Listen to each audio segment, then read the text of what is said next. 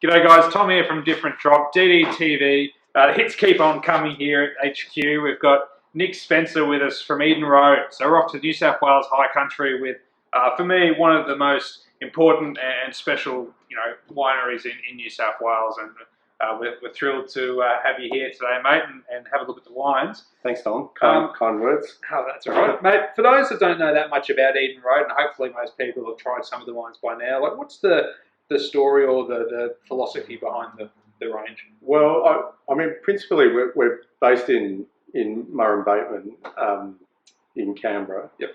And we've got our own small vineyard in Canberra.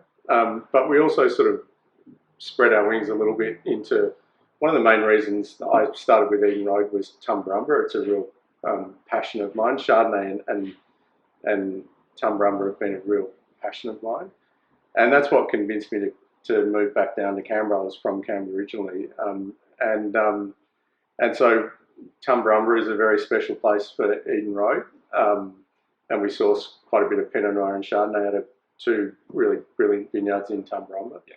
And then other little bits and pieces from the hilltops and Gundagai, but basically the main philosophy is that fruit is sourced from high country New South Wales, and obviously that altitude is important in New South Wales because we're latitudinally quite far north. Yep.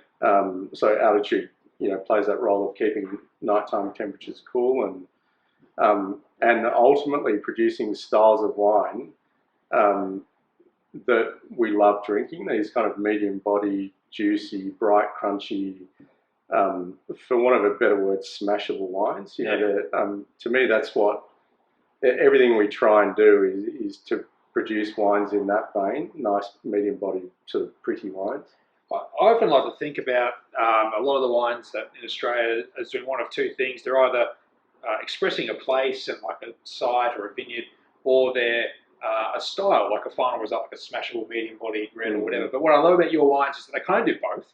And you're exploring the differences not only between like Tumba and Gundagai and hilltops in Canberra, but individual sites within those regions. Yeah, it's interesting. One of the, I mean, from a winemaking philosophy, the way I make wine is very, very simple. It's not even worth talking about because it's, we don't do anything extraordinary. We just keep things very simple, and I think if you do that and you do that well, then the site that the fruit is grown in, the vineyard site, will be expressed clearly through the wine. Whereas as soon as you start sort of introducing complexity to the winemaking technique, whether it's using lots of new oak or anything like that, using lots and lots of whole bunch, I feel like that takes away from the purity in the wine, which is ultimately expressing that site. Yeah, I agree. And that's why these wines, first and foremost, they're pure, vital, energetic sort of wines, and they're all so individual. What's really exciting though is that we're starting to play around with some other things as well. So we've got a Hilltops Nebbiolo here.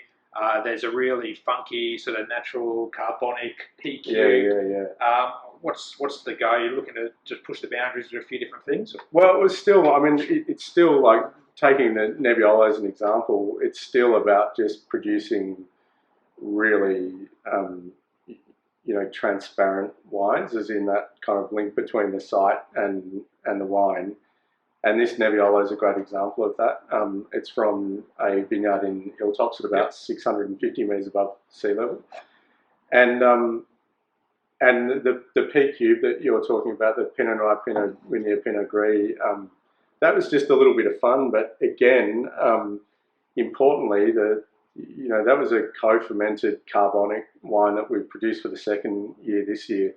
And but the idea is still producing lovely, drinkable wines that that match really, really well with food. And so no matter what we do, whether we push boundaries from a winemaking technique or have a little bit of fun along the way, it's still making sure that the wines are beautiful and pristine, and that they're not sort of too out there, if that makes sense. No, it's interesting, but got to be delicious. Yeah, absolutely. Almost. And like you were saying before, I probably agree with that wine. It's that wine that you can take home at the end of the day and just smash. Yeah. colourful camouflage stubby holder. Yeah, in a coffee cup or something. I like the idea of taking some taking that almost stigmatism away from wine and just seeing it as a drink sometimes, and not necessarily needing to pour it into a big glass and constantly sticking your nose in and discussing it and talking about the nuances of the wine. I like the idea of just having a drink every now and then, and that's what that big cube is all about. Absolutely. Well, mate, the wines look fantastic. Your releases all look top notch, and guys, Eden Road, I mean, it's a huge portfolio these days, but everywhere you look, really, like there's winners. Like the Long Road wines are unbeatable value, and then you go up into all the single vineyard, Marigold and Tumbarumba wines, and then you start looking at all this interesting alternative stuff. So can't really go wrong. So mate, keep up the great work, and guys, get on Eden Road, whether through us or through Nick. Good restaurant. The wines are stunning. So thanks, mate. Thanks very much. Thanks. Cheers. I was to see you.